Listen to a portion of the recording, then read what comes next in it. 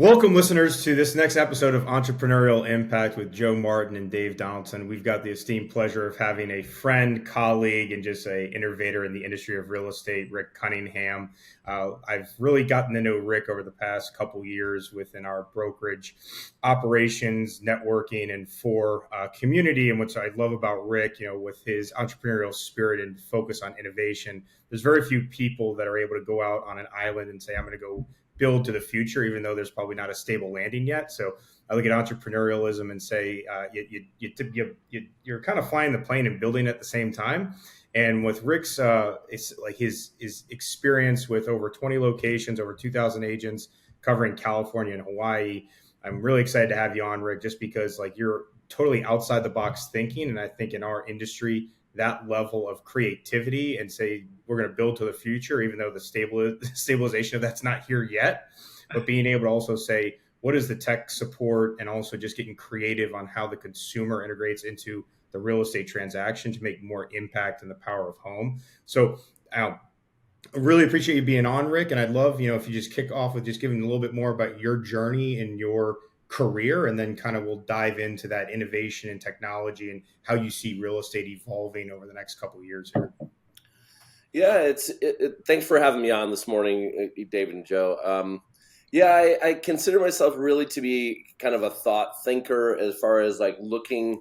I'm always trying to build where it's almost like where's the puck going to be versus where is it now. And some people call me crazy or always coming up with different ideas, but the reality is like that's where magic happens, and I have to be okay with failure. And failure has never been a problem for me. Innovation's been a problem. Status quo is always the problem for me, because that's where people get stuck. And sometimes the bigger we get and the more I have, the less risk I want to take, right? So whether you're getting older or more established, but the reality is that's potentially the downside problem. So I believe in innovation, but I believe in innovation through strategy, looking outside of our industry and then bringing back ideas from outside our industry and adapting it to our application in a way that could actually be monetized in a systematic way. If you look at my businesses, it's not just coming up with an idea in our space. It's honestly coming up with a new idea that will pay itself in 3 or 4 different businesses. So instead of benefiting one other business, it's benefiting multiple businesses. And so when I try to look at the interconnectivity of businesses, that's where the innovation really occurs. And you just have to hit a couple home runs along the journey while you're hitting some base hits, is the way I look at it. Rick, what attracted you to real estate? Because you obviously, when we think about tech, and I've been in real estate for a long time as well, but I can recognize when I got in 2007, tech really was not at the forefront. There were websites. We were we were doing rapid fact stuff, right? We were very, very early stages of digital contracts. Like real estate was real estate for a really long time, almost like the bedrock of technology when I think back to where we were to where we are now. What would somebody like you be attracted to, and you call yourself a purposeful entrepreneur, to real estate and recognizing opportunity in that arena? I never considered myself, and even to this day, not really a tech guy. What I did was align myself with the right tech partners. And I failed a number of times. I put a lot of money behind innovation, but the technology for me, all it is digitizing system optimization. If you look at the tech that we're building, it's not, all it is taking what I was already doing in a systematic way, but doing it through manual processes and then relying on people to execute. That's where the problem lies. All I'm doing with tech is taking what was already a process that we would do. So let me explain something. So like as we do a transaction, there's times that are highly efficient to put products, services, or opportunities in front of people. And all we did was take what I was already doing for a decade and putting it into coding it in a way that would then make notifications and make the system easier and make it so it's got a more predictable outcome and a measurable result as on the other side, which means I can get immediate immediate impact on understanding where the business is at any moment, and where we're doing good and where we can get better, and that's what I use tech for. So I don't look at tech as completely off on the side. I'm looking at for taking my core businesses and just making them more effective, more predictable. Yeah, I'm in alignment with that thought process, right? To me, technology is not a replacement for the person or for what we do. It's an accelerant to the leverage that gives us our time back to do things more efficiently, right? Yeah, and And it I allows agree me with the to systemization of real estate, right? and accountability, because it allows me to see when people are not doing what I'm expecting. Then I can quickly see that in short order. I don't have to wait to figure it out later on. I can see it in real time. And again, when you look at my background, my undergraduate might not seem like it applies. It applies in real estate because landscape architecture. But the reality is, I was in grad school in an MBA program, and the one thing I really took away from the MBA program was looking at the world in a different way and trying to understand where can you define your own space. And if I have to correlate it to maybe a book, it would be something like a blue ocean strategy, right? Like stop competing in an area that's highly concentrated with lots. We're in an industry that's actually going down, and so I look at where can we be in a new space. And I look at businesses like, you look at Napster and what Napster did to the music industry. It came in and it disrupted. It started doing free downloads, and people were doing that. And Apple was smart and came in and really identified. They understood what the problem was, but they understood how to change it. And then they had the iPod, and they used that. But what it really was how do we make music stream, download 99 cents per song? I don't want to get a whole album. I want to get one song. So they listened to what the consumer wanted, and they literally created a new space, and that accelerated a whole new area and changed an industry overnight. So, Rick, I heard you say two things there. One is real estate doesn't have a really high defensible moat, is what I'm hearing you say, right? And then number two is, how do you move towards the consumer? Those are two things that I think are hugely important as we look at the entrepreneurial efforts of a lot of broker owners, because they're saying, hey, I've got this, you got 2,000 agents with 20 locations. You got a lot of hey, I've got something that's producing cash and I need to protect that. And sometimes people's energy doesn't go towards what's the next business model that needs to happen to evolve so you stay relevant, and they just sit in protection mode, and they're not realizing that their moat around that existing business isn't very defensible. And then number two, the current model of that is not focused on the consumer. It's focused on supporting an agent or supporting broker controls, which inevitably are not in favor of what the consumer demands based on optionality and decision making. Yeah, and again, I have multiple mortgage companies. I have 3 escrow companies. Lots of different businesses that are literally downstream of the real estate. So we get paid multiple times. Rick, would you mind going through just quick on your org chart of it's not only brokerage but everything around the transaction? Could you give everybody what is Rick Cunningham's empire? Yeah, so it is if you look at what I consider relatively top of funnel, it's the brokerage business, and we want the brokerage business to be profitable on its own accord. But then as you go downstream, you're looking at in a transaction, we're being paid. Hopefully they're using our mortgage company, one of our mortgage companies. We have escrow companies. We have a title company. We have disclosure company in California. We have, everybody that uses our transaction coordination or our, there's a lot of other pieces too that we get. Home warranty, our prep before you list company. All those different businesses are part of it, but then it's also about we have insurance in 18 states. We have, we have a solar business. We're implementing our trust company. So when a homeowner goes under contract, we can notify them immediately that, hey, you're taking it as individuals if you close it, if you click this button, you can close it in a family trust and then get 6 months to upgrade your trust.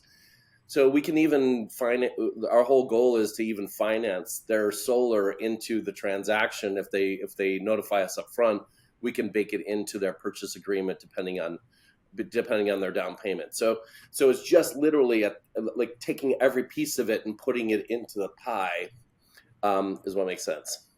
No, it does, and thank you for going through that for like our listeners, because you've got broker owners that have historically been like top of funnel. This is what I know. I love. I went from sales to brokerage, and now you diversified, and you started off the podcast with saying, "Hey, I really am a strategist." So, in your view of the future with innovation, you built all of those surrounding businesses in alignment with what strategy? Like, there's obviously a vision for you and your empire of like, why is those other things so important for the future of this industry? Partly because the real estate transaction is a point in time that is almost trillions of dollars of economic impact that we're not taking advantage of. And we are almost the conductor of the transaction.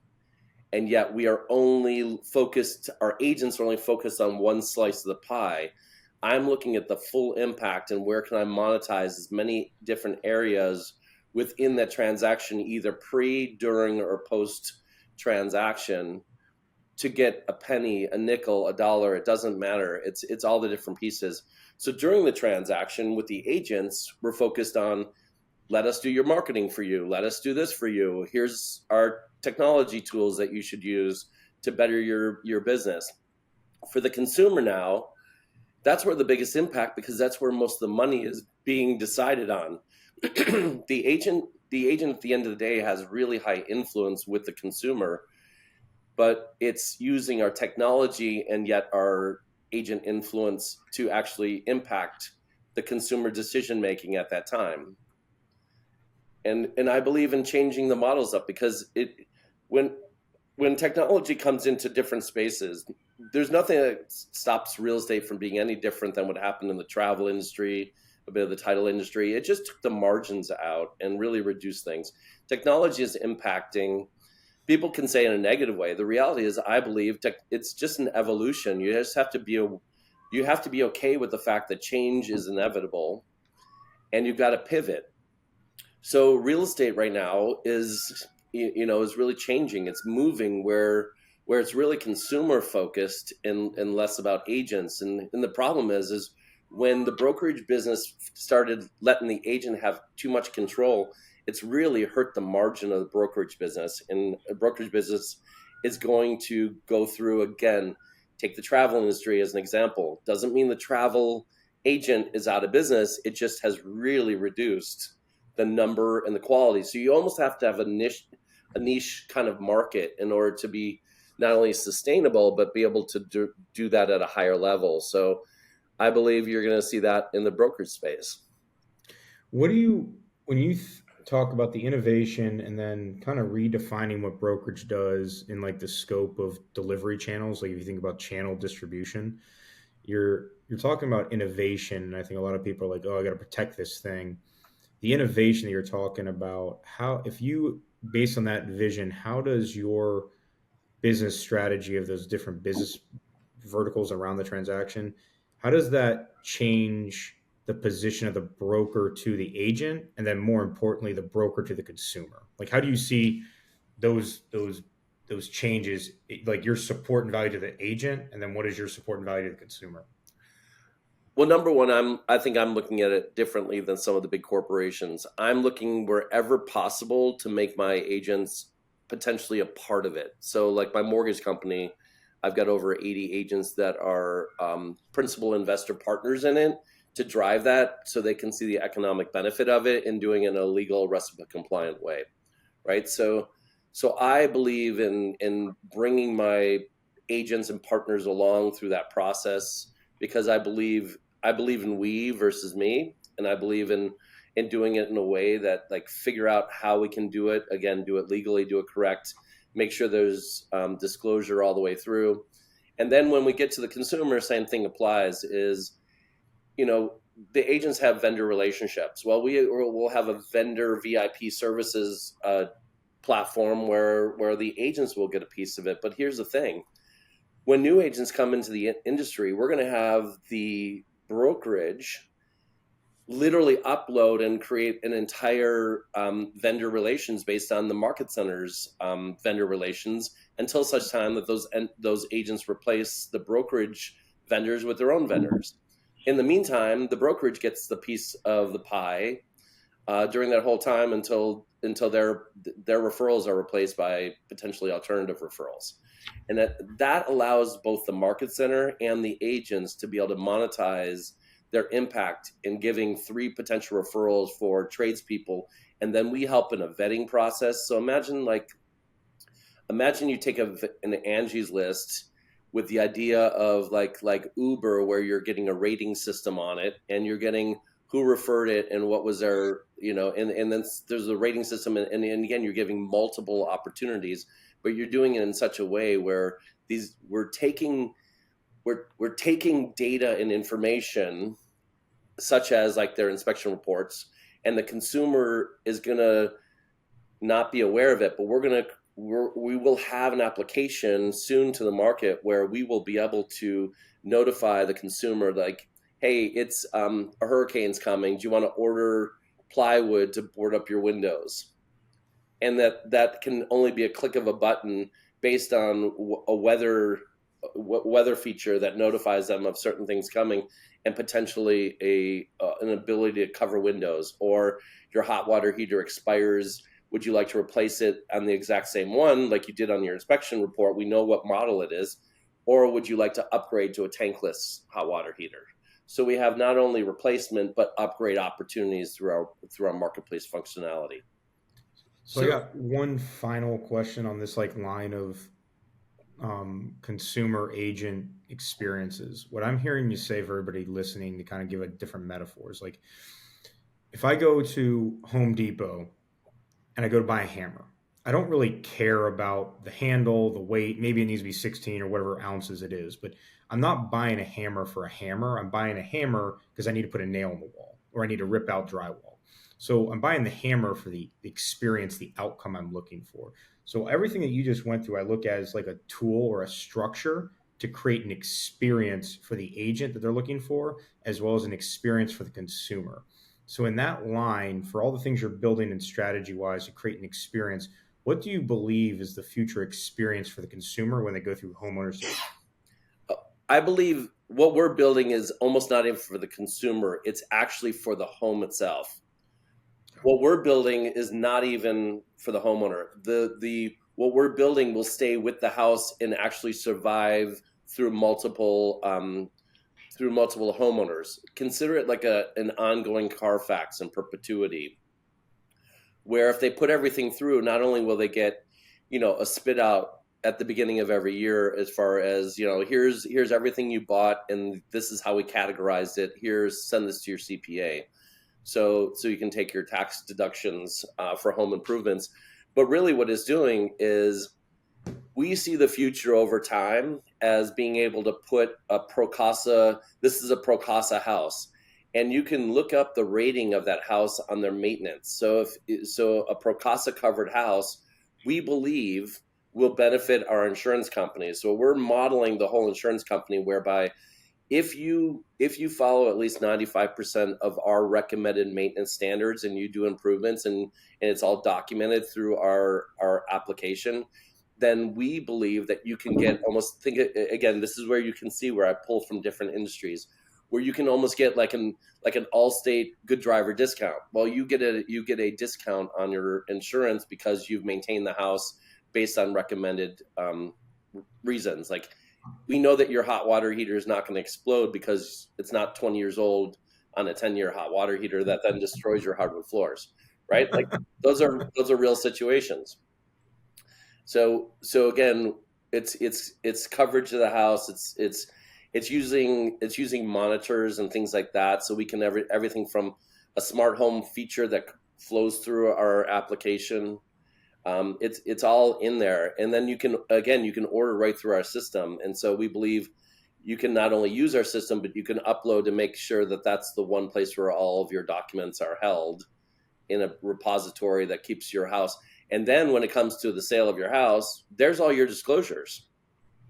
It can auto-populate custom state forms based on AI integrations and the ability to read forms potentially. We're still trying to figure that out state by state about what that would look like when it comes to disclosure. And it would be, if nothing else, please, see addendum such and such. That would be the full uploaded thing. And we would obviously take out personal data and information, but from a disclosure standpoint, we believe it will actually change, especially in a very litigious state like California, the potential disclosure issues. This is where my mind goes for a lot of these things. I literally was talking to a title company yesterday about forward thinking about how do we look at the potential of blockchain and security and storing such data like that, and how everything becomes tied together. Right? People think blockchain and necessarily think currency. I think it more as the security data exchange around the power of home, right? In alignment with what you're talking about. And when I look at technology, right, and I look at the real estate agent, and I look at an awareness thing, right, there's two separate things in play here. There's the agent who's centric to the relationship with the consumer, lack of understanding for the value that they have of their data asset management, big data, right? Their database. All those things that you just referenced has to start somewhere, and that's the data collection itself, right? They're scared. They hear things like AI and big data, and they don't understand that they're the person, right? They're the person to position themselves as the intermediary for the brokerage that they're in alignment with, and that unbelievable relationship, should they choose to maintain it, with the consumer. And what you're referencing is the house, right? So how do we get the agents in this case, right, to understand that using sticky notes, right, not taking notes, but the importance of strategic tracking of data in a uniform platform is of value to them? Well, we will assist them to let them know, instead of them putting sticky notes on their whatever on their computer, we're going to give them notifications and suggestions about how to stay in contact. We'll stay in contact with consumer, with the agent at the forefront during everything. So if work gets done, the agent will be notified. So it gives an agent always the reason to notify the consumer, and then including such as like this happened here, click the button, would you like to communicate with them right now? And make it so it's so easy, and it's integrated into their potential workflow of their brokerage business on maintaining SOI influence. Because what we do know is most homeowners would use their agent again, but agents are notoriously not good about staying in communication. Our platform keeps them in communication at all times and at the forefront. And if an agent maybe adds new vendors or things like that, it's going to notify the consumer that, hey, your agent so-and-so has other potential vendors that they highly recommend based on this. And it's just always staying state of mind and keeping the agent in the forefront, because technology, it's clear there's billions of dollars that have been spent to try to displace the agent. The consumer wants the agent. I believe that the agent in the future is not doing the same job that they're doing now. That's right, why I changed all my brokerage names to advisors, because I believe that the agent has to be an advisor and a connector, and they're not really finding the homes. The buyers are going on the internet to find their home. We don't need an agent to open a door and write a contract. If that were the case, then our margin is so small. It's that's going to really disrupt the whole brokerage revenue model. So the agent has to be more of an advisor and a connector to resources, tools. They have to know more about architecture, ROI. Like I think you're going to find that the agent of the future is going to be more sophisticated, more knowledgeable, and lead. I think the teams are going to be bigger than ever, because they're going to have team resources, and that the monetization of per unit as a percentage will likely go down over time. but that fewer agents will provide a better result. I look at the finance industry and what happened when you can go on and you can make your own trades yourself, right? Doesn't mean it changed that industry, but it made them more as advisors. And they're getting paid when the consumer makes more money. Oftentimes now these brokers make more money. I see that impacting in some ways similarly as it relates to real estate of the future. Well, I love that mindset because what it brings me back to is agents. What do agents traditionally say they more for the lack of understanding of how to grow their business? I need more leads. And I kind of always say, oh, no, you don't. You need a better job to follow up with the people you already know. So what I'm hearing you say that if we look at our processes from lead generation to follow up to contract to close, right? That middle, that follow up component is the one that's fumbled the most. So when we partner with our agents from brokerage to agent and they become the advisor, right? And we help them maintain that relationship and grow that, then the lead generation will take care of itself because that'll be reciprocatory, right? They won't have to spend and worry about it. But if the follow-up is locked down, right? That whole idea that what I've always truly believed was a team underneath a well-run oil machine brokerage is stronger in partnership than going out and trying to do it alone. So I hear all that ties together, and I hope they're hearing that as well, and how they visualize that the follow-up is really what's probably screwed up the most and has the most impact on their business. And that's, again, it goes back to my same theory. Like, we know what you need to do, but it's reliant on someone to follow up a book, a plan, a model, whatever. And again, utilizing technology, just as it's not replacing what you're supposed to do, it's just enhancing and creating a bit of accountability and telling you, hey, do these 10 things today and your business will be better, right? Like, we're just using the technology to be a great assistant to the agent to make them show up and do a better job, and especially in the follow-up area. Yeah, and that's kind of where I get a lot of the pushback a lot of times, right? Hey, well, the follow-up, if it's too automatized, it doesn't sound like me, it takes me out of it. I'm like, you're right. And you don't look at I go back to the very beginning of this conversation, that the technology is not your replacement. You still have to execute the play, right? Whether it's a phone call, a text message, a card in the mail, there are automation that can happen, and that's a nice, easy touch. But you still have to be that person and maintain that relationship, or you allow yourself to be replaced. It allows you to do it with speed because you're taking the thinking out of it, and the technology is utilizing to create efficiencies. And what should I do today? Who should I be contacting and why? And it just kind of lays it all out, and it gives you almost a list of what to do for the day. And then you can hammer out a lot in 45 minutes. No, we could talk. For me, I could keep having this conversation all day because the balancing of tech and relationships are uniform when properly integrated, right? Yeah. The other thing, I kind of wanted to pivot a little bit, and I wanted to ask you, like, here we are now, a couple years post living at home, right? And I still see a lot of challenges for people fooling themselves into thinking that I can work remotely, right? How do you see, and how are things working for your base businesses? Are you seeing those that are more successful that are showing up and going to work, or have people started to kind of get this remote work aspect? How do you see that with tech as leverage? Number one, I think there is a group of people that operate better from home with like they can actually not get distracted, and other people are completely distracted at home. It depends on the personality, whether the home environment is actually making them better. I think the majority of people will be more effective by getting back into the workplace. And there's real benefits about being around community, especially in a real estate area where off markets or what's happening or bouncing ideas off of people, that's being missed. And that's one of the biggest parts of our industry that makes us really show up to our clients really well, is when we know what's going on in the real estate sector around us, because the top agents all know what's kind of going on in certain neighborhoods.